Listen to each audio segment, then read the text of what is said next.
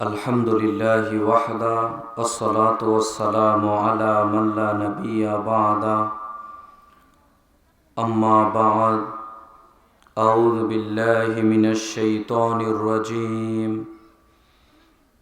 या बुनय्य ला तुशरिक बिल्लाह इन्नश शिरका लज़ुल्मुन अज़ीम।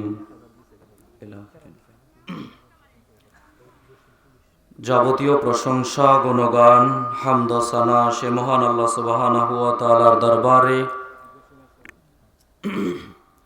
যে মহান আল্লাহ সুবহানাহু ওয়া তাআলা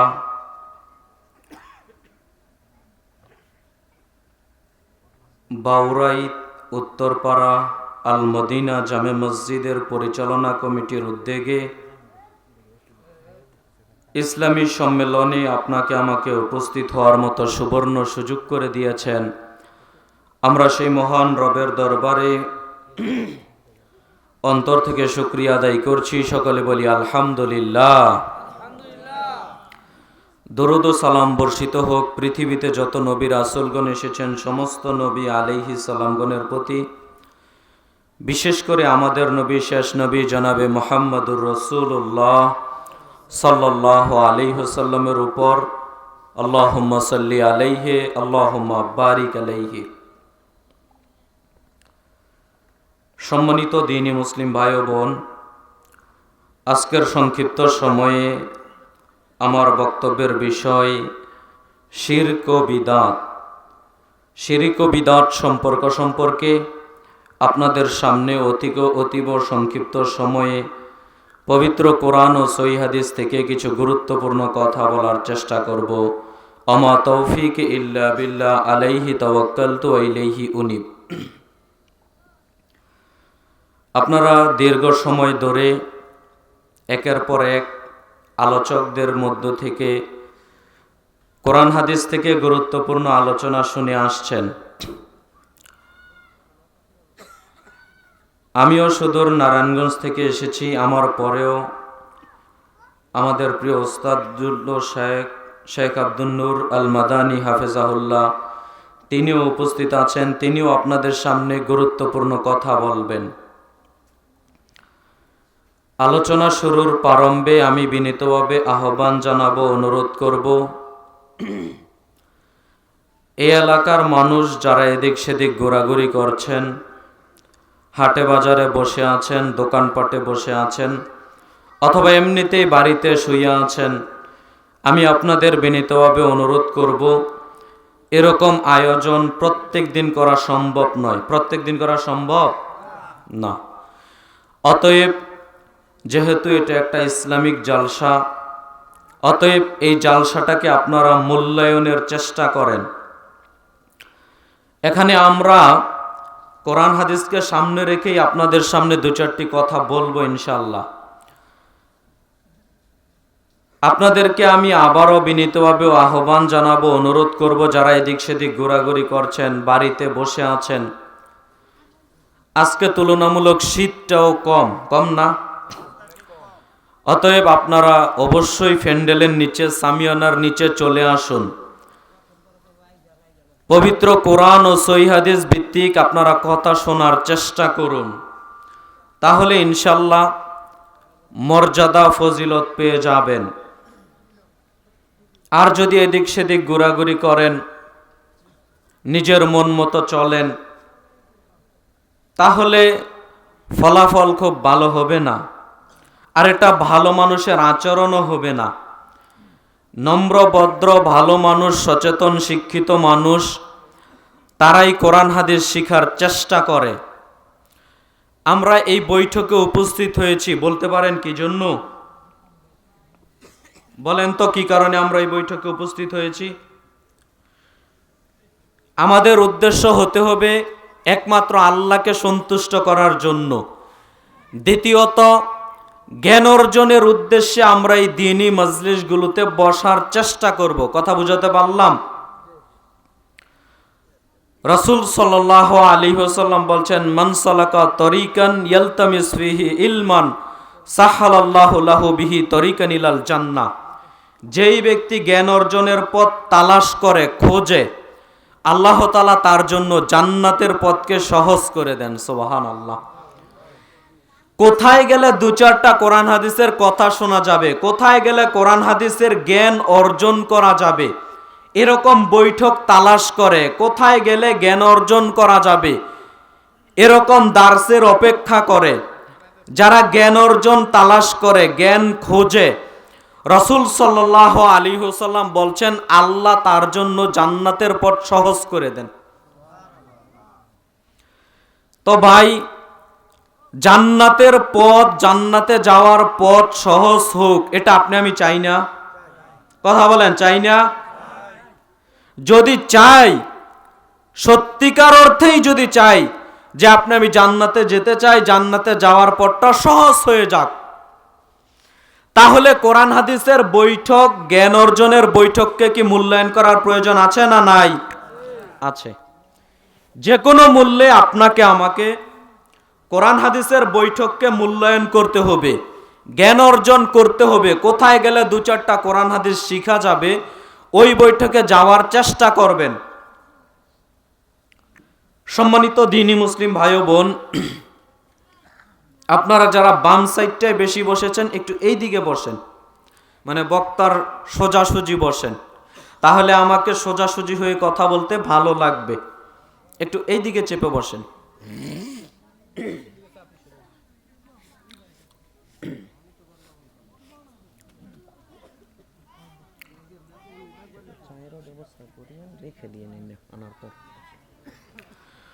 সম্মানিত দ্বীনি মুসলিম ভাই ও বোন, আপনাদের সামনে আমি যে বিষয়ে বক্তব্য দিব তা হচ্ছে শিরক ও বিদআত। পৃথিবীতে সবচাইতে যেই পাপটা সবচেয়ে বড় গুনাহ, সবচেয়ে বড় অপরাধ, তার নাম কি বলেন তো? শিরক। পৃথিবীতে যত পাপ আছে, গুনাহ আছে, তার সবচেয়ে বড় পাপ, সবচেয়ে বড় গুনাহ, তার নাম হলো শিরক করা। আপনি যদি শিরক ও বিদআত করেন তাহলে রেজাল্টটা এরকম দাঁড়াবে, আপনার জীবনের যত ভালো ভালো নেক আমল আছে সমস্ত নেক আমলগুলোকে আল্লাহ সুবহানাহু ওয়া তাআলা কিয়ামতের দিন ধূলিকণার ন্যায় উড়িয়ে দিবেন, বরবাদ করে দিবেন। কথাগুলো বুঝেন। এই যে শীতের রাতে উঠে সুন্দর করে ওযু গোসল করে সালাত আদায় করেন, ফজরের সময় কত কনকনে শীত, লেপটাকে রেখে দিয়ে, আরামের বিছানা ছেড়ে দিয়ে, সুন্দর করে ঠান্ডা পানি দিয়ে ওযু করে গোসল করে এরপরে সালাত আদায় করেন। এই ভালো ভালো নেকিগুলো কিয়ামতের দিন আল্লাহ ধূলিকণার ন্যায় উড়িয়ে দিবেন, এক পয়সা উপকারে আসবে না যদি আপনি শিরক করেন, যদি আপনি বিদআত করেন। কথা কি বুঝাতে পারলাম? পৃথিবীতে আর কোনো পাপ নেই যেই পাপের কারণে আল্লাহ আপনার নেকের কাজ, পুণ্যের কাজ, সওয়াবের কাজ আল্লাহ বরবাদ করে দিবেন। কথাটা কি বুঝাতে পারলাম? আপনি চুরি করেছেন, চুরিকে জায়েজ প্রমাণ করতে আসেনি, চুরি করেছেন, চুরির একটা শাস্তি আছে, দুনিয়াতেও আছে, পরকালেও আছে। কিন্তু চুরি করার কারণে আল্লাহ আপনার নেকি বরবাদ করে দিবেন কিয়ামতের মাঠে, এরকম কোনো কথা কোরআন হাদিসে বলা হয়নি। কথা কি বুঝাতে পারলাম? শুধুমাত্র শিরক করেছেন, বিদআত করেছেন, কিয়ামতের মাঠে দেখা যাবে আপনার ভালো ভালো নেকের কাজ আল্লাহ বরবাদ করে দিবেন। ওই নেকের কাজ দিয়ে আপনি কিছুই করতে পারবেন না। আপনি যদি আল্লাহর সাথে শিরক করেন, আপনি যদি বিদআত করেন, শিরক ও বিদআতের ব্যাপারে আপনাকে আমি কয়টা কথা বুঝাতে পারবো, তবে আপনাকে আমি ধাপে ধাপে কিছু কথা বোঝানোর চেষ্টা করব। আপনারা জ্ঞানীগুণী সচেতন মানুষ, গাজীপুরে বসবাস করেন, আপনারা জ্ঞানীগুণী সচেতন মানুষ, আশা রাখি আমার কথাগুলো বুঝতে পারবেন। যদি বুঝেন তাহলে আজকের পর থেকে শিরক ও বিদআত থেকে দূরে থাকার চেষ্টা করবেন। মুসলিম হিসেবে কখনো কোনো মানুষ এটা মেনে নিতে পারে না যে ওই ব্যক্তি শিরক করবে, ওই ব্যক্তি বিদআত করবে। কথা বুঝাতে পারলাম? এটা মুসলিম মেনে নিতে পারে না। সাধারণত দেখবেন ট্রাক বা বড় বড় পরিবহনের পিছনে লেখা থাকে 100 হাত দূরে থাকুন, থাকে না? আমি বলি আপনি যদি প্রকৃত মুমিন মুসলিম হন, আপনি যখন জানবেন এটা শিরক, আপনি যখন জানবেন এটা বিদআত, 100 হাত নয়, আপনি 1000 হাত দূরে থাকুন। কথা কি বুঝাতে পারলাম? কিন্তু দেখা যাচ্ছে দুঃখের বিষয় জানেন কি, এলাকার যারা বিশেষভাবে মুরব্বিয়ানে কেরাম, তাদেরকে যখন বলা হয় এটা শিরক, তাদেরকে যখন বলা হয় এটা বিদআত, তারা মানতে নারাজ। তারা বলে যে আরে আগের পূর্বপুরুষ থেকে শুরু হয়েছে, কেন এটা বাদ দিব? নানান যুক্তি পেশ করে। কথা বুঝাতে পারলাম? অনেক যুক্তি। আগের বড় বড় হুজুরেরা করতো, এখন করলে সমস্যা কি? আমার বাপদাদারা করতো, এখন করলে সমস্যা কি? আরে ভাই, যুক্তি মুসলমান দিতে পারে না, যুক্তি হিন্দু দিতে পারে। কথা বুঝেন? যুক্তি মুসলমান দিতে পারে না, যুক্তি কে দিতে পারে? হিন্দু দিতে পারে। কেমন করে হিন্দু যুক্তি দিতে পারে দেখবেন আপনি। আপনাদের এলাকায় কি হিন্দু বসবাস করে? আছে। আপনাদের জাতের সাথে উঠা বসা আছে, তাদের নিকট যাবেন, যাদের সাথে একটু ভালো উঠা বসা আছে। আলহামদুলিল্লাহ, আমাদের মাহফিলের সভাপতি আগমন, আমরা মাহফিল কমিটির পক্ষ থেকে সাধুবাদ জানাচ্ছি। আল্লাহ সুবহানাহু ওয়া তাআলা তাকে কবুল করুক দিনের জন্য। সবাই বলি আল্লাহুম্মা আমিন। একটা চেয়ারের ব্যবস্থা করেন নাকি? হবে না? আচ্ছা, ঠিক আছে, দিনের মাজলিস, সমস্যা নেই। আল্লাহ কবুল করুক, আমিন। সম্মানিত দ্বীনি মুসলিম ভাই ও বোন, বলছিলাম আপনাদের এলাকায় যদি কোনো হিন্দু ভাই বসবাস করে, একটা প্রশ্ন করবেন গিয়ে, সবাইকে করিয়েন না, যাদের সাথে একটু আন্ডারস্ট্যান্ড ভালো সম্পর্ক তাদেরকে বলবেন যে আচ্ছা বলো তো, ইসলাম ধর্ম কি সত্য? দেখবেন বলবে যে হ্যাঁ, ইসলাম ধর্ম সত্য, ইসলাম ধর্ম শান্তির ধর্ম, ইসলাম ধর্ম হক ধর্ম, অনেক কথা বলবে।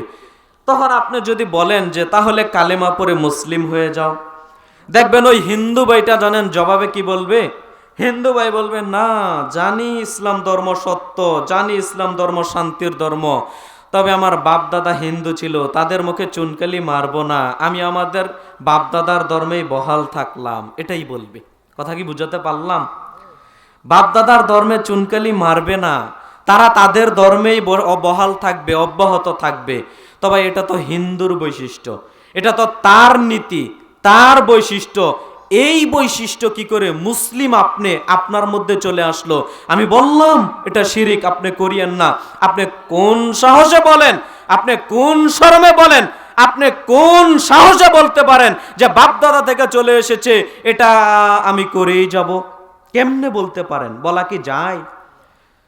আমি বললাম এটা শিরিক, আমি বললাম এটা বিদআত, এটা প্রমাণ হয়ে গেল যে কোরআন হাদিসের কোনো ভিত্তি নেই, কোরআনের কোনো ভিত্তি নেই, হাদিসের কোনো ভিত্তি নেই। আপনি যে আমল করেন, বাতিল আমল করেন, জাল আমল করেন, এই আমল দিয়ে কিয়ামতের মাঠে আপনি পার পাবেন না, নাজাত পাবেন না।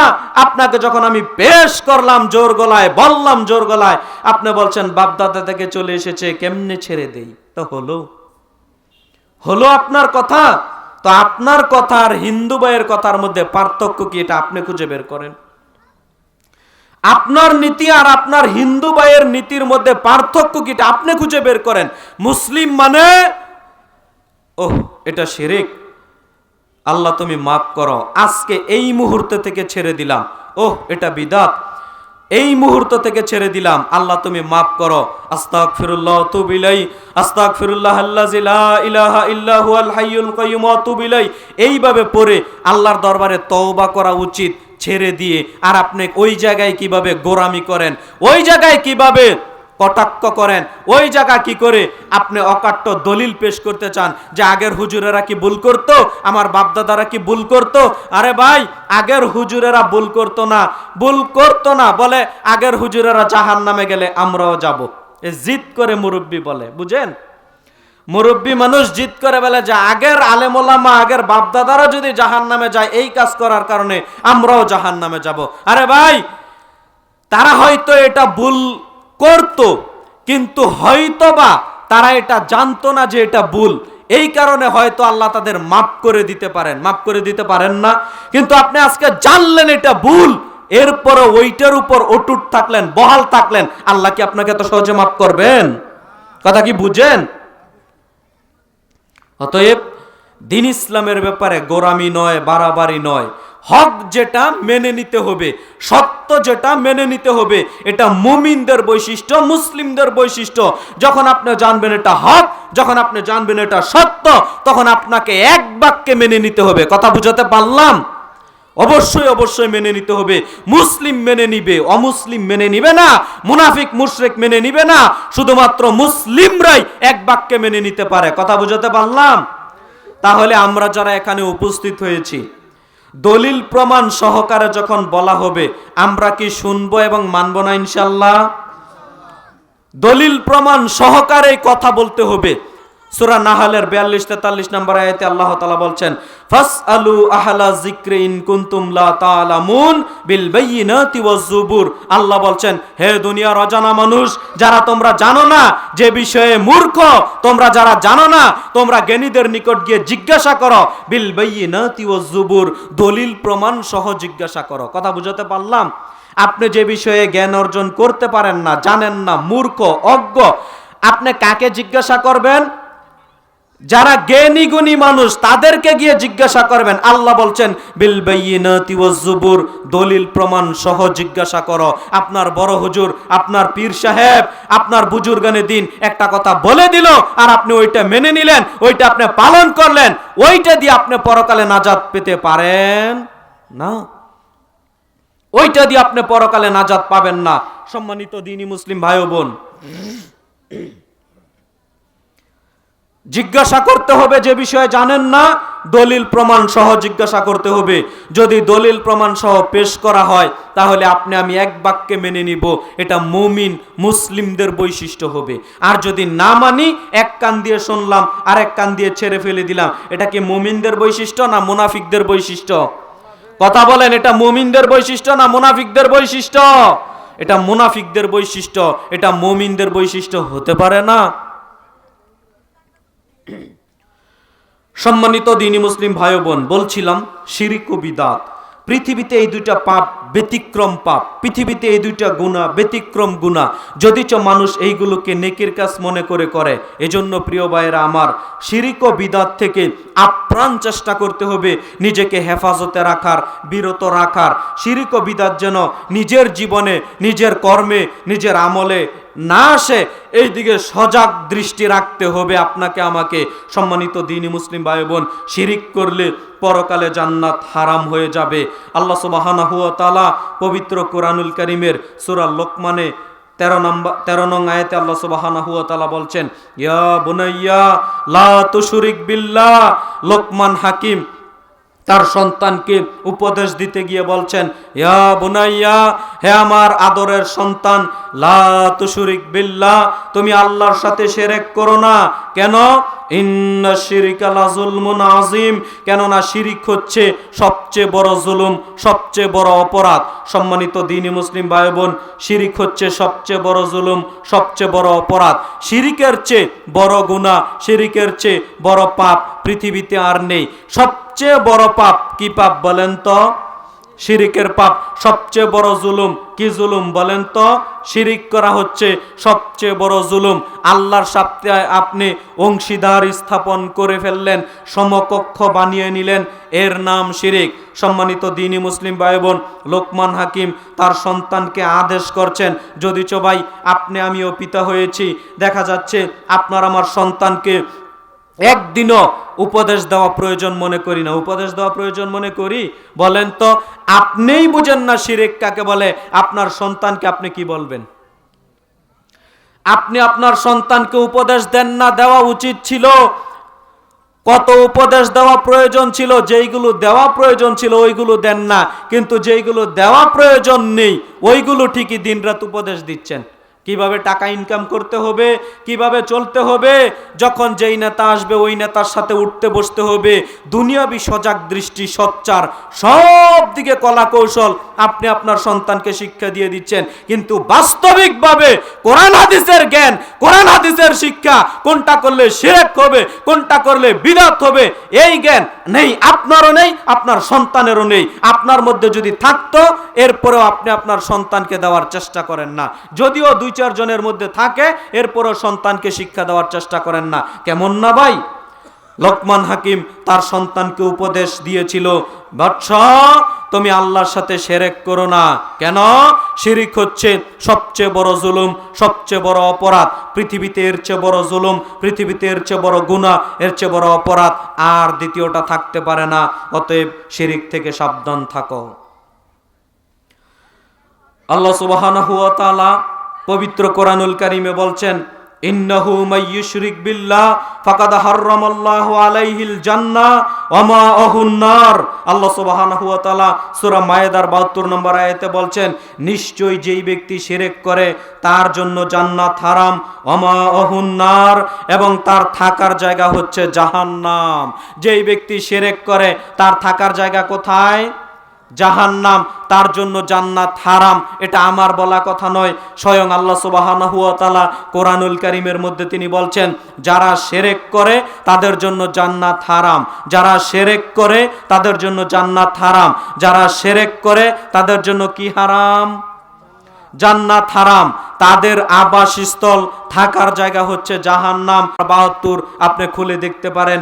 অতএব প্রিয় ভাইয়েরা আমার, পৃথিবীতে যত পাপ আছে, পৃথিবীতে যত গুনাহ আছে, তার সবচেয়ে বড় পাপ, সবচেয়ে বড় গুনাহ হচ্ছে শিরক করা। বলছিলাম শিরক করলে আপনার অতীতের যত গুনাহ আছে সমস্ত গুনাহ আল্লাহ, সমস্ত নেকি আল্লাহ ধ্বংস করে দিবেন। আপনি যদি শিরক করেন, যদি আপনার অতীতের যত নেকি আছে, ভালো কাজ আছে, পুণ্যের কাজ আছে, সব আল্লাহ ধুলিকণার নেই উড়িয়ে দিবেন। আপনি খোলেন পবিত্র কোরআনুল কারীমের সূরা জুমার আয়াত নাম্বার 65। আল্লাহ সুবহানাহু ওয়া তাআলা আমাদের নবীকে লক্ষ্য করে বলছেন, লাইন আশরাকতা লা ইয়াহবাতান্না আমালুক ওয়া লা তাকুনান্না মিনাল খাসিরিন। আমাদের নবীকে আল্লাহ তাআলা লক্ষ্য করে বলছেন, হে নবী মুহাম্মদ সাল্লাল্লাহু আলাইহি সাল্লাম, আপনার পূর্বে যত নবী রাসূলগণ আগমন করেছে সমস্ত নবী রাসূলগণকে এ বিষয়ে সতর্ক করা হয়েছে, এ বিষয়ে সাবধান করা হয়েছে। আপনি যেহেতু নবী, অতএব আপনাকেও এ বিষয়ে সতর্ক করা হচ্ছে, এ বিষয়ে সাবধান করা হচ্ছে।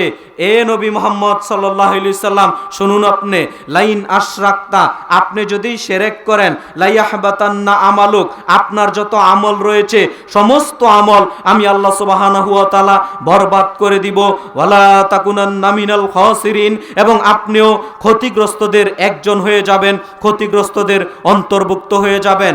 সম্মানিত দ্বীনি মুসলিম ভাই বোন, আমার দিকে লক্ষ্য করেন। আপনাকে আমি আয়াত কি দিয়ে বুঝাতে পারি? আল্লাহ বলছেন, হে নবী মুহাম্মদ সাল্লাল্লাহু আলাইহি সাল্লাম, লাইন আশরাকতা, আপনি যদি শিরক করেন, আপনার পূর্বে যত নবী রাসূলগণ পৃথিবীতে আগমন করেছে সমস্ত নবী রাসূলগণকে এ বিষয়ে সতর্ক করা হয়েছে, এ বিষয়ে সাবধান করা হয়েছে। আপনি যেহেতু নবী, আপনাকেও সতর্ক করা হচ্ছে, আপনাকেও সাবধান করা হচ্ছে। শুনুন আপনি, লাইন আশরাকতা, আপনি যদি শিরক করেন, কে শিরক করলে? কথা কি ধরতে পারেন না নাকি? কে শিরক করলে? নবী যদি শিরক করে, লাইন আশরাকতা, হে নবী মুহাম্মদ সাল্লাল্লাহু আলাইহি সাল্লাম, আপনি যদি শিরক করেন, লা ইয়াহবাতান্না আমালুক ওয়া লা তাকুনান্না মিনাল খাসিরিন, আপনার যত আমল আছে সমস্ত আমল আল্লাহ ধুলিকণার নেই উড়িয়ে দিবেন, ওয়া লা তাকুনান্না মিনাল খাসিরিন, এবং আপনিও ক্ষতিগ্রস্তদের অন্তর্ভুক্ত হয়ে যাবেন। নেন, এবার বুঝাতে পারলাম না মনে হয়। আল্লাহ আমাদের নবীকে বলছেন, নবী হে, আপনি যদি শিরক করেন আপনার আমল আল্লাহ ধ্বংস করে দিবেন। আপনার পীর সাহেবের ধ্বংস হবে না মনে হয়? আপনার বড় হুজুরের ধ্বংস হবে না মনে হয়? আপনার বুজুর্গানে দিনের ধ্বংস হবে না মনে হয়? আল্লাহ আমাদের নবীকে সতর্ক করলেন, মানে পৃথিবীর সমস্ত মানুষকে সতর্ক করলেন, পৃথিবীর মানুষ শুনে রাখো, যদি শিরক করো তোমাদের আমল আমি আল্লাহ ধ্বংস করে দিব।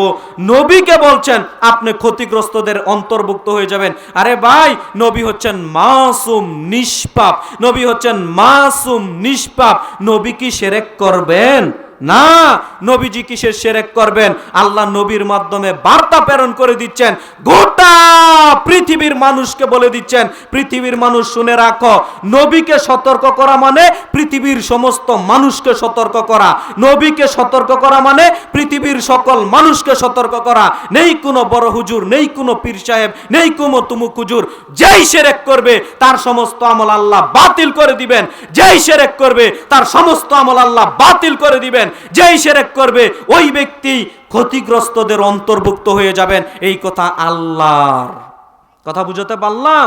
এই কথা আমারও নয়, এই কোনো কথা কোনো পীর সাহেবেরও নয়, স্বয়ং আল্লাহ বলে দিচ্ছেন। সম্মানিত দ্বীনি মুসলিম ভাই ও বোন, শিরক যেই করবে তার পাপ ধ্বংস, তার নেকিগুলো ধ্বংস হয়ে যাবে, ধূলিকণার নেই উড়ে যাবে, এবং ওই ব্যক্তি ক্ষতিগ্রস্তদের অন্তর্ভুক্ত হয়ে যাবে। পীর সাহেব দেখেন আমাদের আকীদা, আমাদের বিশ্বাস কত নোংরা, আমাদের আকীদা, আমাদের মাইন্ডসেট আপ কত অবিশ্বাস, কত নোংরা, কত বর্বর, কত অসভ্য। আপনি দেখেন, আপনি দেখলে হয়তো বা কিছুটা হলেও আঁচ করতে পারেন, আপনি একটু বুঝেন। আপনি বলছেন যে কোনো এমপি, কোনো মন্ত্রীর নিকট যদি আমি কোনো কিছু চাইতে চাই তাহলে সরাসরি কি চাওয়া যাবে? না না না, সরাসরি এমপি, সরাসরি মন্ত্রীর নিকট কোনো কিছু চাওয়া যায় না। কি করতে হবে? মাধ্যম নিতে হবে, গ্রামের মেম্বার বা প্রভাবশালী কোনো ব্যক্তিকে ধরে এরপরে এরপরে এমপি মন্ত্রীর নিকট যেতে হবে। এই যুক্তি দেখিয়ে বলছে আল্লাহ তো কত বড় মহান, আল্লাহর নিকট কি সরাসরি চাওয়া যাবে? পীর সাহেবের নিকট বায়াত করো, পীর সাহেব আল্লাহর কাছে উসিলা করে তোমাকে মাফ করে দিবে। কি বলবেন বলেন? কি বলবেন? সুবহানাল্লাহ না নাউজুবিল্লাহ? জোরে বলেন। ভাই, আপনাকে আমি বুঝাতে পারবো না। এটাই তো আল্লাহ সুবহানাহু ওয়া তাআলা, এটাই তো আমাদের রব, এটাই তো আমাদের প্রতিপালক, এটাই তো আমাদের সৃষ্টিকর্তা, যার সাথে সম্পর্ক গড়তে কোনো মাধ্যম লাগে না। কথা বুঝাতে পারলাম? এমপি মন্ত্রীকে ধরতে গেলে মাধ্যম লাগে, আমার আল্লাহ কত মহান, কোনো মাধ্যমই লাগে না। সুবহানাল্লাহ। কথা বুঝেন? এমপি মন্ত্রী প্রধানমন্ত্রীকে ধরতে গেলে মাধ্যম লাগে, আমার আল্লাহকে ধরতে গেলে কোনো মাধ্যমই লাগে না। এটাই তো রব, এটাই তো প্রতিপালক, এটাই তো সৃষ্টিকর্তা। এর গুরুত্ব আপনাকে আমি কি দিয়ে বুঝাতে পারি? এই তো আমাদের প্রতিপালক, যাকে ধরতে গেলে কোনো ভায়া মাধ্যম ধরা লাগে না। ভাই, আপনি আমি মসজিদে প্রবেশ করি, বুঝেন একটু কথা, আপনারা সচেতন, গাজীপুরে বসবাস করেন, তাও পোড়াবাড়ি এলাকা, মানে জ্ঞানীগুণী মানুষ এখানে আপনাদের বসবাস। মসজিদে প্রবেশে সময় আমরা একটা দোয়া পড়ি। একজন বলবেন কি দোয়া পড়েন? এদিক থেকে বলেন, কোন আলেম ওলামা ছাড়া। অর্থকে বলতে পারবেন, বলেন। আল্লাহু আকবার। একজনও অর্থ পারেন না? আল্লাহুম্মা আফতাহ লি আবওয়াবা রাহমাতিক, অর্থ একজন বলতে পারেন না? বলেন তো, যে পারেন বলেন। জি, আল্লাহ তুমি আমার জন্য তোমার রহমতের দরজাগুলোকে খুলে দাও। কথা বুঝাতে পারলাম? আল্লাহর নিকট মসজিদে প্রবেশ করেই বলছি, আল্লাহ আমি তো মসজিদে প্রবেশ করলাম, আমার জন্য তোমার রহমতের দরজাসমূহ তুমি খুলে দাও। আমরা মসজিদে প্রবেশ করেই বলি আল্লাহুম্মা আফতাহ লি আবওয়াবা রাহমাতিক, আল্লাহ তুমি আমার জন্য তোমার রহমতের দরজাসমূহ খুলে দাও, উন্মুক্ত করে দাও। কেন কেন আপনি বলতে পারেন না? আমি মসজিদে প্রবেশ করলাম, পীর সাহেব আপনি একটু দ্রুত আল্লাহকে বলেন তো, আমি তো মসজিদে প্রবেশ করলাম, আল্লাহ যেন রহমতের দরজাটা আমার জন্য দ্রুত খুলে দেয়। পীর সাহেব আপনি একটু দ্রুত আল্লাহর নিকট দোয়া করেন তো, এইভাবে দোয়া করিয়েন তো কালকে থেকে। বুঝাতে পারলাম না মনে হয়? এমন কি কোনো পাগল আছে এমন কি কোনো পাগল আছে যে এই ব্যক্তি মসজিদে প্রবেশ করে বলবে, পীর সাহেব মসজিদে প্রবেশ করলাম, আপনি একটু দ্রুত আল্লাহকে বলেন, আল্লাহ যেন আমার জন্য রহমতের দরজাটা খুলে দেয়? কেন? আপনি যে বলছেন মাধ্যম লাগবে আল্লাহকে ধরতে গেলে। বুঝাতে পারলাম না মনে হয়? আরে আপনার বক্তব্য তো মাধ্যম লাগবে আল্লাহকে কোনো কিছু বলতে গেলে, আল্লাহর রহমত পেতে গেলে, আল্লাহর দয়া পেতে গেলে মাধ্যম লাগবে। তো মসজিদে প্রবেশ করে বলেন, পীর সাহেব মসজিদে প্রবেশ করলাম, আল্লাহকে একটু দ্রুত বলেন আল্লাহ যেন রহমতের দরজাটা খুলে দেয়। কোন পাগল বলবে? কোন মূর্খ বলবে? অসম্ভব, এইভাবে বলবে না। তার মানে মসজিদে প্রবেশ করলাম মানে আল্লাহকে বলছি, আল্লাহ আমার জন্য তুমি তোমার রহমতের দরজাগুলোকে উন্মুক্ত করে দাও, খুলে দাও। সরাসরি সম্পর্ক হচ্ছে আল্লাহর সাথে। কথা বুঝেন?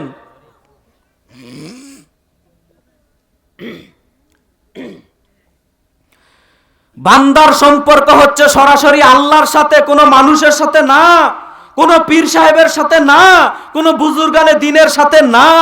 আরে কবরে মানুষ এমনিতেই থাকে, কথা বলবেন না কেউ। কবরে মানুষ থাকে বিপদে, কবরে মানুষ আছে বিপদে।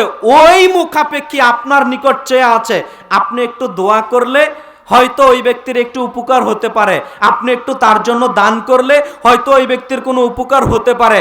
আপনি কিরকম মূর্খ মানুষ, আপনি কিরকম গর্দভ মানুষ, আপনি গিয়ে কবরের পাশে বলছেন যে হে উমুক কবরবাসী, হে উমুক পীর সাহেব, হে উমুক সাহেব, আপনি কবরে আছেন, আমার সন্তান হয় না, আমার সন্তান দিয়ে দেন। আপনি কেমন পাগল? আপনাকে আমি কি দিয়ে বুঝাই বলেন তো? কবরে যে ব্যক্তি শুয়ে আছে, কবরে যে ব্যক্তি আছে, ওই তো বিপদে, ওই তো বিপদে। পানিতে পড়া ব্যক্তি, আপনি উপরে বসে আছেন আর পানিতে পড়া ব্যক্তি, ডুবন্ত ব্যক্তিকে বলছেন যে আমাকে উদ্ধার করো, আমাকে উদ্ধার করো। এটা কেমন হয়ে গেল না? পানিতে পড়া ব্যক্তি নিজেই তো আপনার মুখাপেক্ষী।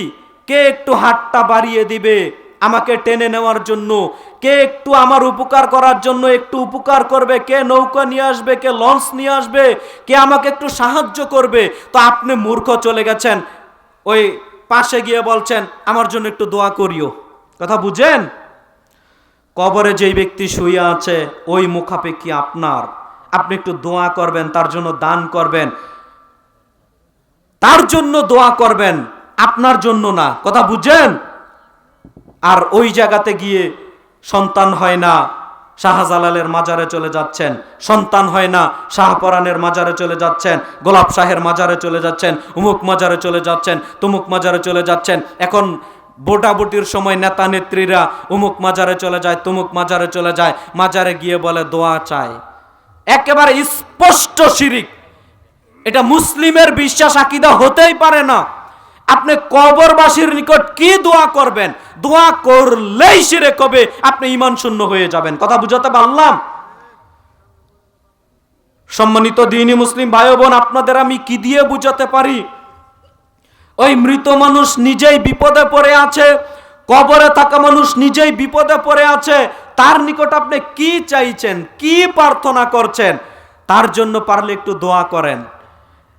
আর আপনি পীরের মুরিদ হচ্ছেন, আপনি ভেবে নিয়েছেন যে উমুক পীরের মুরিদ, তুমুক পীরের মুরিদ। মুরিদ হলাম মানে ওই পীর সুপারিশ করে আমাকে জান্নাতে নিয়ে যাবে। আরে ভাই, বুকে হাত দিয়ে আপনি বলতে পারেন ওই পীর জান্নাতে যাবে 100% গ্যারান্টি দিয়ে আপনি বলতে পারেন? কথা বলেন, বলতে পারেন? তা আসতে বলছেন মানে আপনি যেই পীরের মুরিদ হয়েছেন, কথা বুঝেন, আপনি নামাজ কালাম পড়েন না, সালাত আদায় করেন না, রমজানের সিয়াম পালন করেন না, সালাতও আদায় করেন না।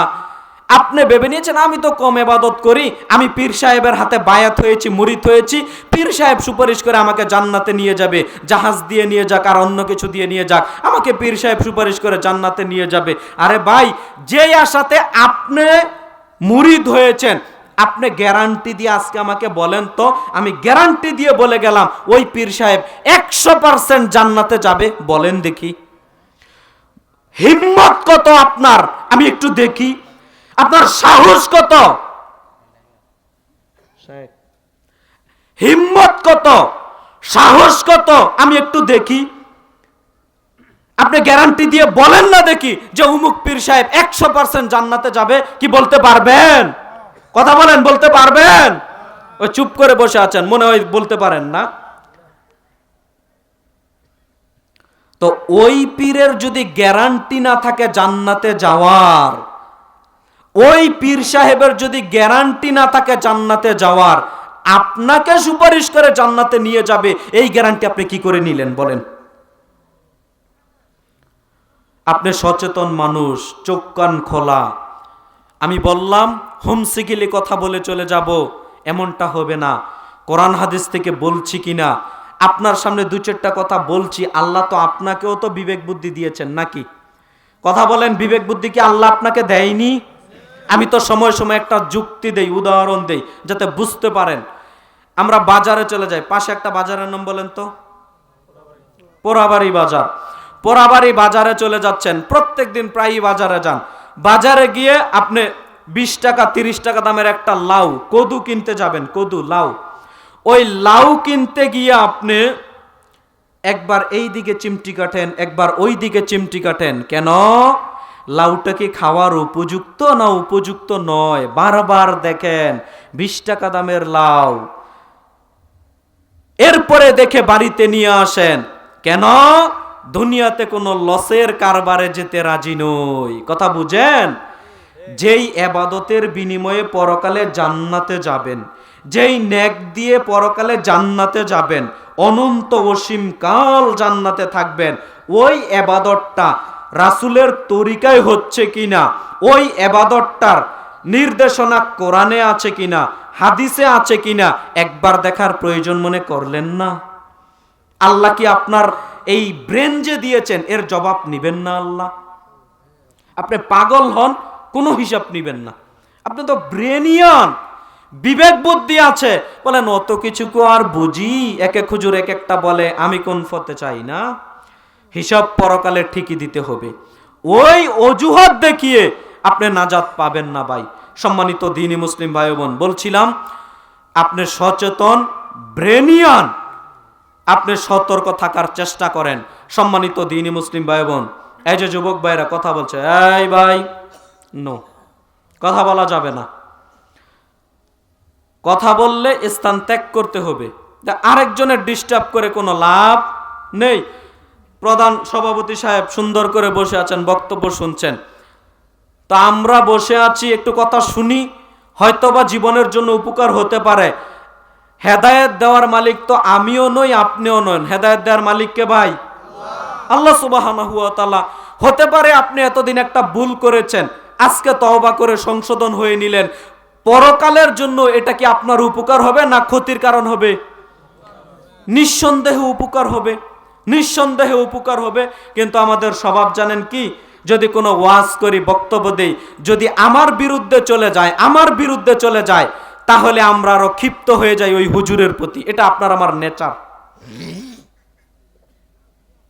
আমরা টাকা দেখিয়ে, ভিজিট দেখিয়ে ডাক্তার দেখাই, দেখাই না ভাই? 500 টাকা, 1000 টাকা, 2000 টাকা ডাক্তার অনুযায়ী আমরা ভিজিট দেখাই, ভিজিট দিয়ে ডাক্তার দেখাই। একটা প্রেসক্রিপশন লিখে দেয়, অনেক প্রেসক্রিপশন লিখে দিল, আপনার একটা রোগ পেটের ভিতর হলো, রোগ হলো। অনেক ডাক্তারের পিছনে টাকা পয়সা খরচ করলেন, টাকা পয়সা খরচ করার পর আপনার পেটের রোগ সারছে না। ডাক্তার বলছে আপনার তো সবই ভালো, আপনার কোনো সমস্যা নেই। আচ্ছা ভাই, এরপরেও দেখছেন যে আপনার পেটের রোগটা আর সারছে না, বলেন তো আপনি মনে মনে বলবেন যে টাকাগুলোই ফাও গেল? বলবেন না? টাকাগুলোই ফাও গেল। আর 2000, 5000, 10,000 টাকা খরচ করে ডাক্তার দেখালেন, অনেক পরীক্ষা নিরীক্ষা করলেন, পরক্ষণে দেখা গেল আপনার পেটের ভিতর একটা টিউমার হলো, ধরা পড়লো। যখন পেটের ভিতর একটা টিউমার হলো, ধরা পড়লো, রোগটার নির্ণয় হলো, রোগটা আপনি পেলেন, এরপরও মনে মনে একটা খুশি লাগবে, যাক অন্তত রোগটা তো নির্ণয় হলো। খুশি হবেন না? 2000, 5000, 10,000 টাকা ডাক্তারকে ভিজিট দিলাম, এত এত পরীক্ষা করলাম, ডাক্তারের ভিজিট, পরীক্ষার ফলাফলের পরে আমার রোগটা ধরা পড়লো, এই দিক থেকে কি আপনি খুশি হবেন না? এরপরে আপনি ট্রিটমেন্ট যা করার করবেন, কিন্তু তখন ভাববেন না আমার টাকাগুলো কাজে লাগলো। তো ডাক্তারের কাছে গিয়ে রোগ ধরা পড়লে হন খুশি, আলেম ওলামার নিকট আসলে রোগ ধরা পড়লে হন বেজার, রাগ। এইটা কেমন নীতি? বুঝাতে পারলাম না মনে হয়। আপনি কোরআন হাদিসের কথা শুনতে, আরে ভাই যে সুদ খায়, যে সুদ খায়, সুদের বিরুদ্ধে ওয়াজ করলে তার শরীরে লাগবে না? যে ঘুষ খায়, ঘুষের বিরুদ্ধে ওয়াজ করলে তার শরীরে লাগবে না? তাই বলে কি ওয়াজ করা বন্ধ করতে হবে, নাকি ওই সুদ ঘুষ খাওয়া বন্ধ করতে হবে? সুদ ঘুষ খাওয়াই বন্ধ করতে হবে। আপনার যেই সমস্যা, আপনি শিরক করেন, বিদাত করেন, অনেক পাপের সাথে জড়িয়ে আছেন, এখন কি আমি ওয়াজ বন্ধ করব? এখন কি আমাকে ধরে আপনারা মাইরদুর শুরু করবেন, না আপনি পরিবর্তন হবেন? বলেন, আপনার পরিবর্তন হওয়া উচিত, এটাই কাম্য। কিন্তু ভাই দুঃখের কথা কি বলবো, বাংলাদেশ এমন একটা জায়গা, শিরিক বিদাতের কথা বললে ভাই ভালো কিছু আসে না, বক্তার উপর আক্রমণ আসে। কথা বুঝেন? এখন আহলুল হাদিস, সালাফি মানহাজের আলেম ওলামা, তাদেরকে দেখতে পারে না মানুষ। কথা বলিয়েন না আপনারা, কথা বললে আমি কথা বলতে পারবো না। কথা বলিয়েন না, কথা বলা যদি একান্তই প্রয়োজন হয়, একান্তই প্রয়োজন হয়, একটু স্থানটা ত্যাগ করে এরপরে বলবেন।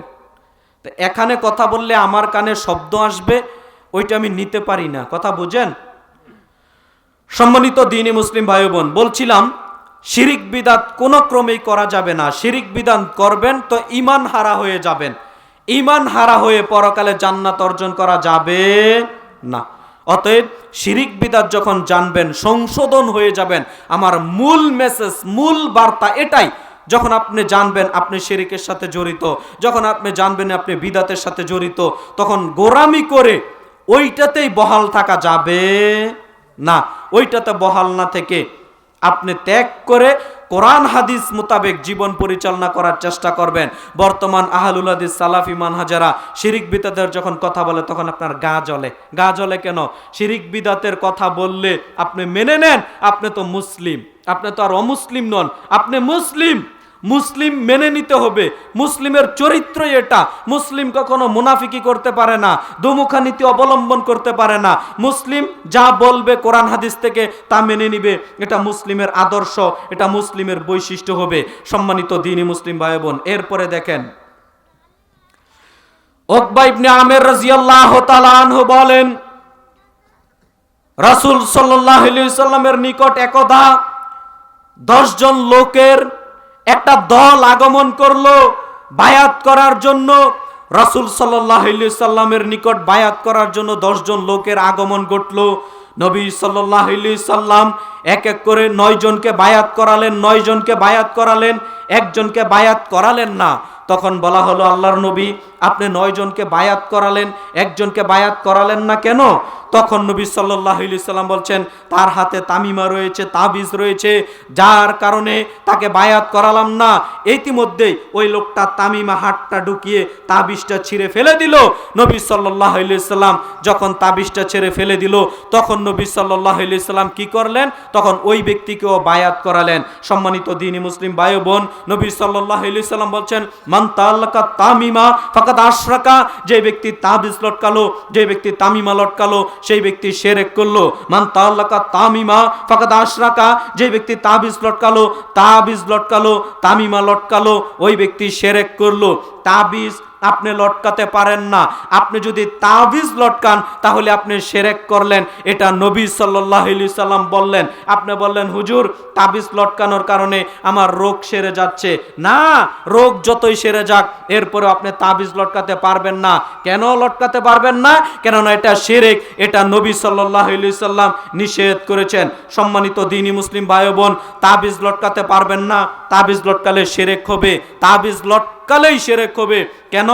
আপনি বলতে পারেন, একদিন আমি কিশোরগঞ্জ একটা মাহফিল শেষ করলাম, শেষ করার পর যখন বললাম তাবিজ লটকাতে পারবেন না, তখন এক ভাই বলছে, হুজুর কি বলবো, দুঃখের কথা, অনেক আমার বাচ্চাটাকে অনেক চিকিৎসা করালাম, অনেক চিকিৎসা করানোর পরে দেখা গেল আমার সন্তান সুস্থ হচ্ছে না, আমার সন্তান সুস্থ হচ্ছে না,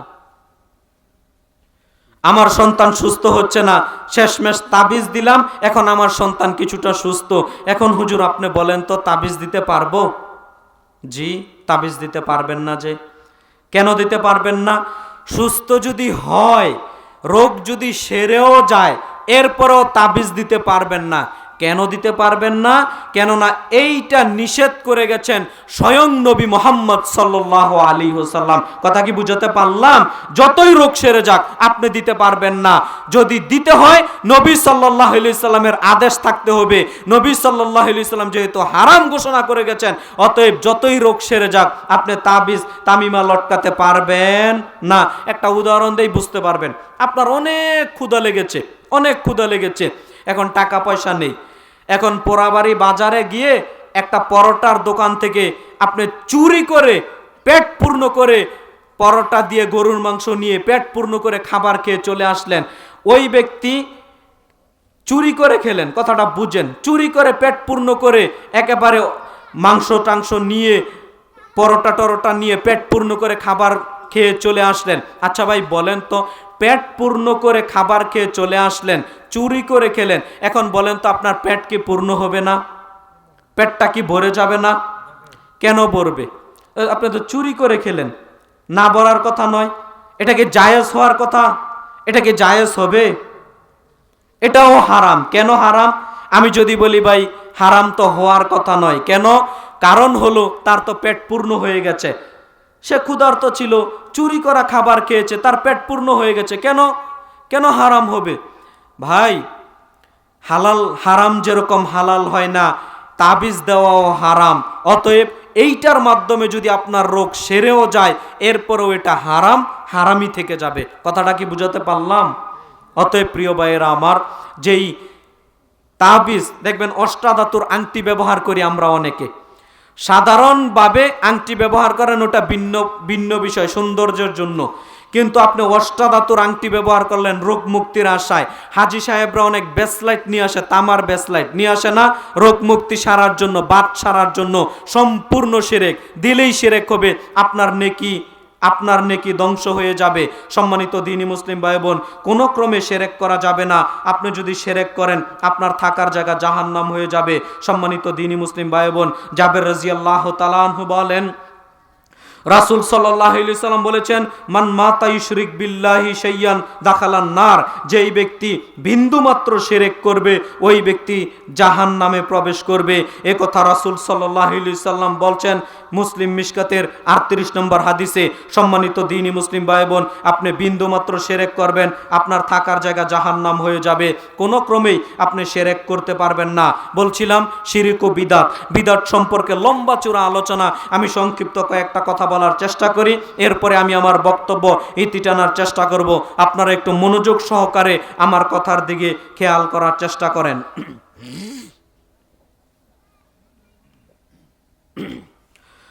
আল্লাহ সুবহানাহু ওয়া তাআলা পবিত্র কোরআনুল কারীমের সিরিয়ালে 47তম সূরা, সূরা মুহাম্মদ, আয়াত নাম্বার 33, আল্লাহ সুবহানাহু ওয়া তাআলা বলছেন, ইয়া আইয়ুহাল্লাযীনা আমানু, হে দুনিয়ার ঈমানদার মানুষ, আতিউল্লাহ, তোমরা আল্লাহর আনুগত্য করো, ওয়া আতিউর রাসূল, তোমরা রাসূলের আনুগত্য করো, ওয়ালা তুবতিলু আমালাকুম, তোমাদের আমল সমূহ বাতিল করো না। আল্লাহ সুবহানাহু ওয়া তাআলা সূরা মুহাম্মদের 33 নম্বর আয়াতে বলছেন, ইয়া আইয়ুহাল্লাযীনা আমানু, হে দুনিয়ার ঈমানদার মানুষ, যারা ঈমান আনয়ন করেছ, যারা ঈমান আনয়ন করেছ, শোনো, আতিউল্লাহ, তোমরা আল্লাহর আনুগত্য করো, মানে শিরক করিও না। তোমরা আল্লাহর আনুগত্য করো মানে শিরক করিও না। ওয়া আতিউর রাসূল, তোমরা রাসূলের আনুগত্য করো, রাসূলের আনুগত্য করো মানে বিদআত করিও না। ওয়ালা তুবতিলু আমালাকুম, তোমাদের আমল সমূহ বাতিল করো না। তার মানে অত্র কোরআন মাজিদের আয়াতে আল্লাহ তাআলা যেই কথাটা আপনাকে আমাকে বুঝাতে চেয়েছেন, পৃথিবীর মানুষ যারা তোমরা ঈমান আনয়ন করেছো, শুনে রাখো, ইয়া আইয়ুহাল্লাযীনা আমানু, যারা ঈমান আনয়ন করেছো, শোনো, আতিউল্লাহ, তোমরা আল্লাহর আনুগত্য করো, ওয়া আতিউর রাসূল, রাসূলের আনুগত্য করো, ওয়ালা তুবতিলু আমালাকুম, তোমাদের আমল সমূহ বাতিল করো না। আল্লাহর আনুগত্য যদি না করো, রাসূলের আনুগত্য যদি না করো, তোমাদের আমল সমূহ আমি আল্লাহ বাতিল করে দেব। সম্মানিত দ্বীনি মুসলিম ভাই বোন, আপনি যদি শিরক করেন, আপনি যদি বিদআত করেন, আপনি যদি শিরক করেন, আপনি যদি বিদআত করেন, আপনার আমল বাতিল হবেই হবে। এ কথা আল্লাহ তাআলা কোরআন মাজিদে বলছেন, মনে রেখে দিয়েন। সুন্নত যেখানে আছে বিদআত সেখানে থাকতে পারে না, সুন্নত যেখানে আছে বিদআত সেখানে থাকতে পারে না। এজন্য সুন্নতের সাথে আপনি সব সময় সুন্নতের পানবন্ধ হওয়ার চেষ্টা করবেন, সুন্নত আমল করার চেষ্টা করবেন, বিদআত থেকে যথাসম্ভব দূরে থাকার চেষ্টা করবেন, বিদআতি কর্মকাণ্ড না করার চেষ্টা করবেন। সুন্নত থাকলে বিদআত থাকবে না, বিদআত থাকলে সুন্নত থাকবে না। আপনাদের আমি কি দিয়ে বুঝাতে পারি? ইসলাম ধর্ম পরিপূর্ণ, এখানের মধ্যে কোনো কিছু ঢুকানো যায় না। ইসলাম ধর্ম পরিপূর্ণ, এখানে কোনো কিছু ঢুকানো যায় না। এক মিনিট আমার দিকে লক্ষ্য করেন, আমার হাতে একটা পট দেখতে পাচ্ছেন, পানি রাখার পট, মাম পানি দেখতে পাচ্ছেন সবাই? বুঝেন উদাহরণটা। এইটা একেবারে পানি দিয়ে পরিপূর্ণ করে রাখলাম, পানি দিয়ে পরিপূর্ণ করে রাখলাম। এরপরে আপনি আমার নিকট আগমন করে বলছেন, হুজুর আমার কাছে এতটুকু মধু আছে, এই মধুটুকু আমি আপনার এই পটের মধ্যে রাখতে চাই। আচ্ছা ঠিক আছে রাখেন। যখন আপনি এই পরিমাণ মধু ঢুকাবেন, যেই পরিমাণ মধু ঢুকাবেন ওই পরিমাণ পানি থাকবে না পড়ে যাবে? থাকবে না পড়ে যাবে? যেই পরিমাণ মধু ডুববে ওই পরিমাণ পানি পড়ে যাবে, যেই পরিমাণ মধু ডুববে ওই পরিমাণ পানি পড়ে যাবে। ইসলাম পরিপূর্ণ নাও পরিপূর্ণ? ইসলাম পরিপূর্ণ। পরিপূর্ণ কে করে দিয়ে গেছেন? নবী মুহাম্মদ সাল্লাল্লাহু আলাইহি সাল্লাম জীবিত থাকা অবস্থাতেই ইসলাম পরিপূর্ণ করে দিয়ে গেছেন। ইসলাম পরিপূর্ণ। ওই পরিপূর্ণ ইসলামের মধ্যে আজকে আপনার বড় হুজুর একটু ঢুকাচ্ছে, আপনার পীর সাহেব একটু ঢুকাচ্ছে। বলেন তো ওই পরিপূর্ণ ইসলাম যতটুকু আপনার পীর সাহেব ঢুকাচ্ছে, বড় হুজুর ঢুকাচ্ছে, ওই পরিমাণ কি ইসলাম থাকবে না পড়ে যাবে? নিঃসন্দেহে পড়ে যাবে। ইসলাম পরিপূর্ণ। যেই পরিমাণ বিদআত ঢুকাবেন ওই পরিমাণ সুন্নত পড়ে যাবে, যেই পরিমাণ শিরক ঢুকাবেন ওই পরিমাণ তাওহীদ পড়ে যাবে। সম্মানিত দ্বীনি মুসলিম ভাই বোন, ইসলাম পরিপূর্ণ। এখানে আপনি সরিষা ঢুকাতে পারবেন না, কথা বুঝছেন? এখানে আপনি সরিষা ঢুকাতে পারবেন না। আপনি যেই আমল করছেন এই আমল করার পূর্বে আল্লাহর নির্দেশনা থাকতে, আমলের কথা আপনি শুনলেন, শ্রবণ করলেন, শ্রবণ করেই শেষ, ক্ষান্ত হবেন না। কি করবেন জানেন? শ্রবণ করার পর এটা আপনি আগে যাচাই বাছাই করবেন, বক্তা সাহেব কোরআন হাদিসের মানদণ্ডে বলছেন কিনা। যদি কোরআন হাদিসের মানদণ্ডে কোনো কথা বলে থাকেন তাহলে মেনে নিব, আর যদি বক্তা নিজের মন গড়া মতো কোনো কথা বলে তাহলে মানব না ছেড়ে দিব? অবশ্যই ছেড়ে দিব। আমি রফিকুল ইসলাম, আমার কোনো কথার দাম থাকতে পারে না। আমি রফিকুল ইসলাম, আমার কোনো কথার দাম থাকতে পারে না। ততক্ষণ পর্যন্ত দাম থাকতে পারে না যতক্ষণ আমি নিজের কথা বলবো। ওই সময়ই দাম চলে আসবে যখন আপনি কোরআনের কথা বলবো, যখন আমি হাদিসের কথা বলবো। আমি যেই কথা বলবো আল্লাহর দেওয়া থাকতে হবে, রাসূলের দেওয়া থাকতে হবে। যদি রাসূলের দেওয়া থাকে তাহলে এই কথার দাম থাকবে, তখন আপনি এই কথা সবাক্যে মেনে নেবেন। এখন আমাদের সমস্যা জানেন কি? রাসূলের হাদিস পাওয়ার পরেও বড় বড় মুফতিরা, এদেশের বড় বড় মুফতিরা এই ভুলটাই করে যে হাদিসে আছে ঠিক কিন্তু আমাদের মাযহাবে নাই। কেমনে মানি? আরে ভাই, সব ইমামগণ তো এটাই বলেছেন, ইজা সহাল হাদিসে ফাহুয়া মাযহাবি। যেইটা সহিহ হাদিস পেয়ে যাবে ওটাই হচ্ছে আমার মাযহাব, ওটাই আমার তরিকা, ওটাই রাসূলের দেখানো তরিকা। অর্থাৎ যেইটাতে আপনি সঠিক কথা পেয়ে যাবেন, আল্লাহর কথা পেয়ে যাবেন, রাসূলের কথা পেয়ে যাবেন, অবশ্যই অবশ্যই আপনার মাযহাবে থাকুক, আপনার মাযহাবে না থাকুক, আপনি মানতে বাধ্য না বাধ্য নন? অবশ্যই বাধ্য। সম্মানিত দ্বীনি মুসলিম ভাই বোন, আপনাদের আমি কি দিয়ে বুঝাতে পারি? একটা কথা মনে রেখে দিয়েন, যেই কোনো হুজুরের কাছ থেকে একটা কথা শুনলেন, যেই কোনো হুজুরের কাছ থেকে একটা আমলের কথা শিখলেন, ওইটার যদি দলিল থাকে, ওইটার যদি দলিল থাকে তখনই মেনে নিবেন। যদি দলিল না থাকে তাহলে মানবেন না। এই গতিনীতির উপর থাকতে হবে। রাজি আছি তো ইনশাআল্লাহ? কে কে রাজি আছে একটু হাত তুলে দেখান তো। লিল্লাহে তাকবীর, লিল্লাহে তাকবীর। আল্লাহ কবুল করুক, আল্লাহুম্মা আমিন। সম্মানিত দ্বীনি মুসলিম ভাই ও বোন, সম্মানিত দ্বীনি মুসলিম ভাই ও বোন, আমি আপনাদের সামনে বলছিলাম শিরক ও বিদাত, আপনি যদি শিরক করেন আপনার আমল বাতিল হয়ে যাবে, আপনি যদি বিদাত করেন আপনার আমল বাতিল হয়ে যাবে।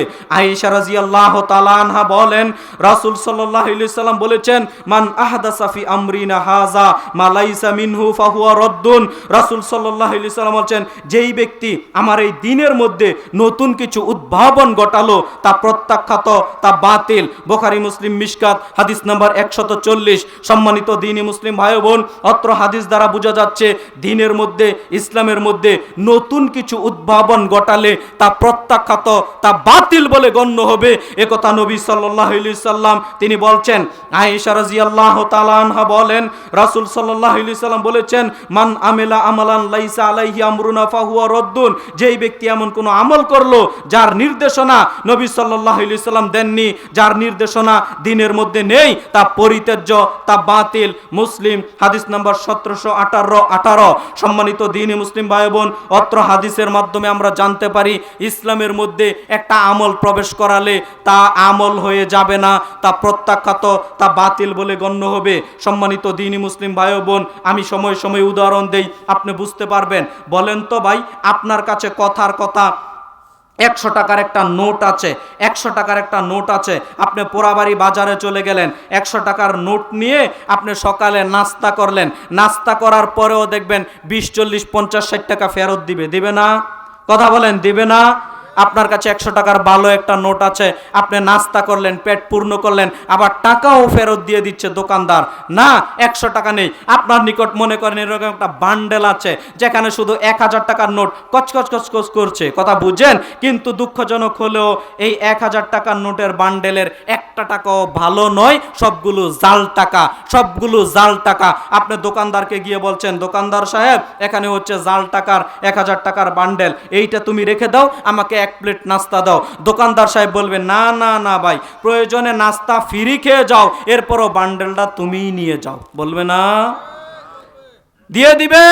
জাল টাকা রেখে বিপদে পড়তে চাইবে না, জাল টাকা রেখে বিপদে পড়তে চাইবে না। আরে ভাই, দুনিয়াতে যদি জাল টাকার বান্ডেল থাকার পরেও আপনি 1 প্লেট 2 প্লেট খাবার খেতে না পারেন, বিচারের কাঠগড়াতে কাল কিয়ামতের দিন যেই আমল দিয়ে, যেই ইবাদত দিয়ে, যেই নেকি দিয়ে পরকালে জান্নাতে যাবেন, ওই আমল দিয়ে, যেই নেকি দিয়ে পরকালে জান্নাতে যাবেন, ওই আমলটা রাসূলের তরিকায় হচ্ছে কিনা, ওই আমলটা সঠিক না জাল, ওই আমলটা সঠিক না জয়ীফ, এইটা একটু যাচাই করার প্রয়োজন মনে করলেন না আপনি? ওইটা আপনি একটু তদন্ত করার প্রয়োজন মনে করলেন না আপনি? আপনি নাকি সচেতন মানুষ। কে বলেছে আপনি সচেতন মানুষ? আমি তো বলি আপনি সচেতন নন। আপনাকে সচেতন হতে হবে যে কোনো মূল্যে, সচেতন হতে হবে যে কোনো মূল্যে। আরে ভাই, গাজীপুর শহরে আপনাকে যদি বলা হয় 10 বিঘা জমি দিয়ে দেওয়া হবে, বিনিময় 10,000 টাকা, 10 বিঘা জমি আপনার কাছে বিক্রি করা হবে, বিনিময় 10,000 টাকা, সবাই লাভ দিয়ে দাঁড়িয়ে যাবেন। যে ভিক্ষা করে ও লাভ দিয়ে দাঁড়িয়ে যাবে। 10,000 টাকায় 10 বিঘা জমি লাভ দিয়ে দাঁড়িয়ে গিয়ে বলবে আমি কিনবো। যদি বলি না, শোনেন একটা কথা আছে, একটারও দলিলপত্র নেই, জায়গাগুলো হয়তো আরেকজনের হতে পারে, কে কিনবেন বলেন? কে কিনবেন বলেন? একটারও দলিল প্রমাণ নেই, জায়গাগুলো আরেকজন হয়তো বক্ষণ করে। ভাই, দুনিয়ার ক্ষেত্রে বুঝলেন না? দুনিয়ার ক্ষেত্রে বুঝলেন না? দুনিয়ার 1 বিঘা জমি কিনতে চান না, 1% জমি কিনতে চান না, দলিল প্রমাণ তো আপনি ঠিকই বুঝেন না।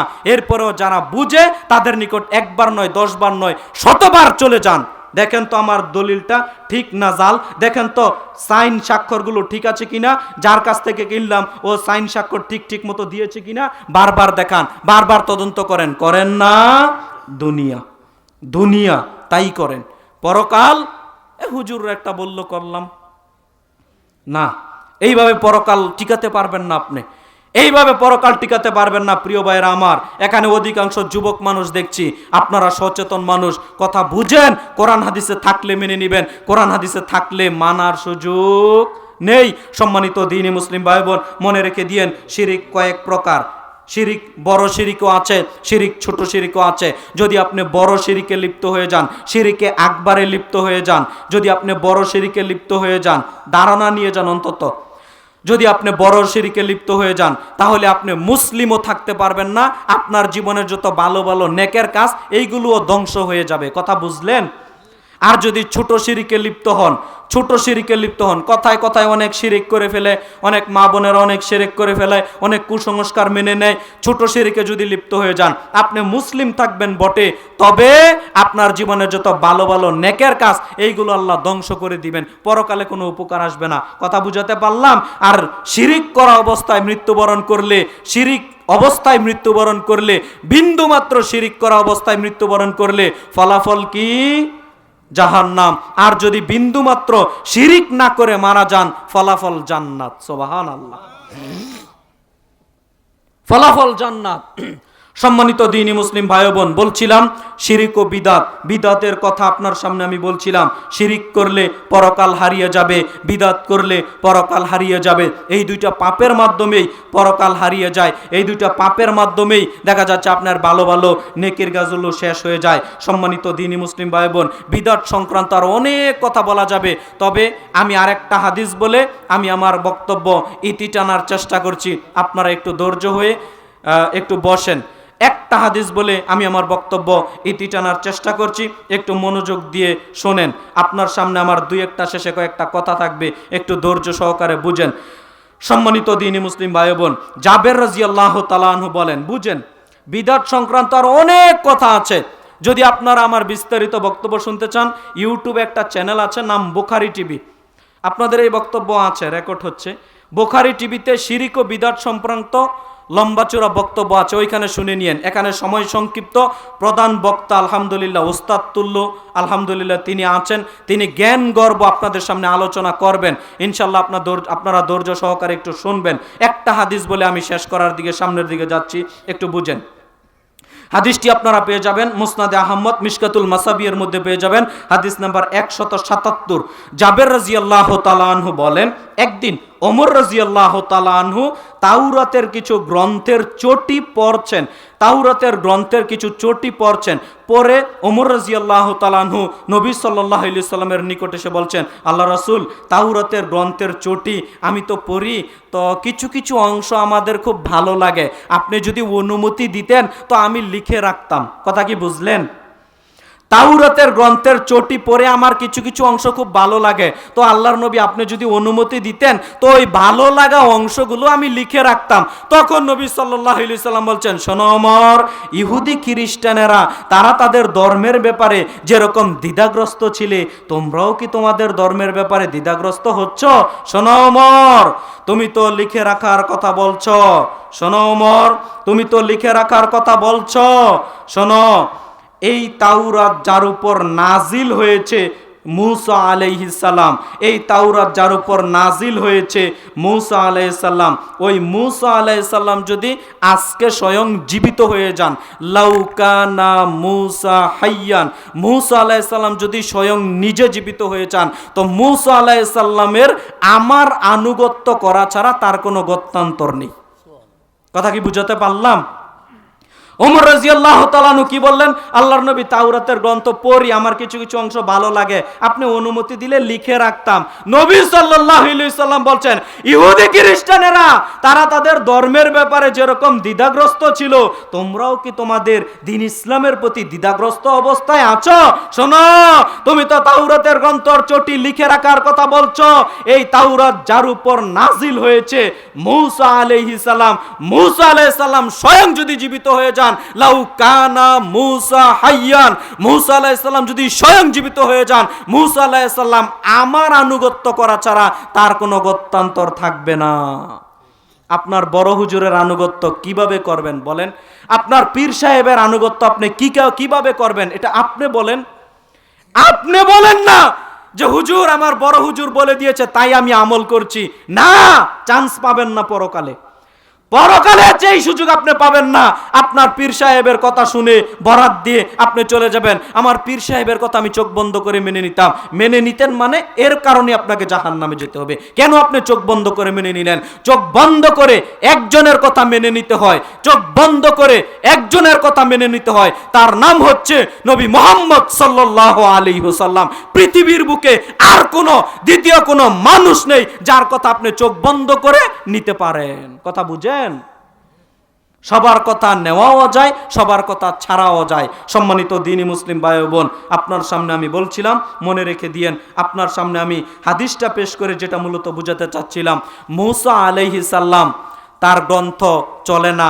মূসা আলাইহিস সালাম জীবিত হয়ে গেল, দেখা যাচ্ছে মুহাম্মদ সাল্লাল্লাহু আলাইহি সাল্লামের আনুগত্য করবেন। এখানে আরেকটা কথা, একজন নবী মৃত্যু না হয়ে উপরে চলে গেছেন, আসমানে আছেন, নবীর নাম কি বলেন? ঈসা আলাইহিস সালাম। ঈসা আলাইহিস সালাম কিন্তু কিয়ামতের পূর্বে আবার আসবেন, আসবেন না? ঈসা আলাইহিস সালাম কিয়ামতের পূর্বে আবার আসবেন। ঈসা আলাইহিস সালামের উপর গ্রন্থ নাজিল হয়েছিল, গ্রন্থটার নাম কি? হ্যাঁ, উদব, ইনজিল। ঈসা আলাইহিস সালাম কিয়ামতের পূর্বে আবার আসবেন, বুঝেন কথা, কিয়ামতের পূর্বে আবার আসবেন ঈসা আলাইহিস সালাম। তো ওই ঈসা আলাইহিস সালাম আবার দুনিয়াতে আগমন করে বলেন তো তার ধর্ম প্রচার করবেন না মুহাম্মদ সাল্লাল্লাহু আলাইহি সাল্লামের ধর্ম প্রচার করবেন? মাশাআল্লাহ, মুহাম্মদ সাল্লাল্লাহু আলাইহি সাল্লামের ধর্ম প্রচার করবেন। কেন? তিনি নবী হয়েও নিজের ধর্ম প্রচার করতে পারবেন না। কথা বুঝেন? তো আপনার পীর সাহেব, বড় হুজুর, অমুক হুজুর, তমুক হুজুর, তার ধর্ম, তার কথা মতো আপনি চলছেন, নাজাতকে তো সহজে মিলবে? সম্মানিত দ্বীনি মুসলিম ভাই বোন, আমার বক্তব্যের মূল পয়েন্টটা আপনাকে আমি যেটা বোঝাতে চাইছিলাম, কোনো ক্রমেই শিরক করা যাবে না, কোনো ক্রমেই বিদআত করা যাবে না।